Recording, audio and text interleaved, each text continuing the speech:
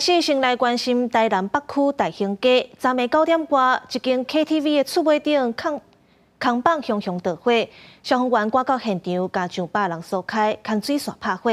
加在火伫10分钟就拍花，无人受伤。不过着火原因要搁咧调查。厝顶的看板规个大火烧起来，而且火烧甲正猛，还有一寡火势对天顶落来，内面 KTV 的服务人员赶紧疏散人客。我们在唱歌，然后突然被通知有火灾，服务人员很紧张的样子。在1楼用餐，然后突然听到嘣一声之后，有哔哔哔哔的声音，然后才发现外面一直有东西有在掉。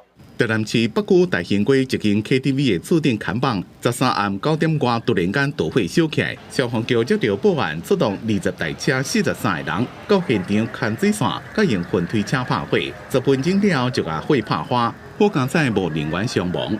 大概有100出的人员从这个营业场所里面疏散人员都是安全的，那没有受伤。9点出的时候，我们就进行把火势扑灭。因为厝顶的看板为什么烧起来，一个财务损失的情形，即马消防局正伫咧调查。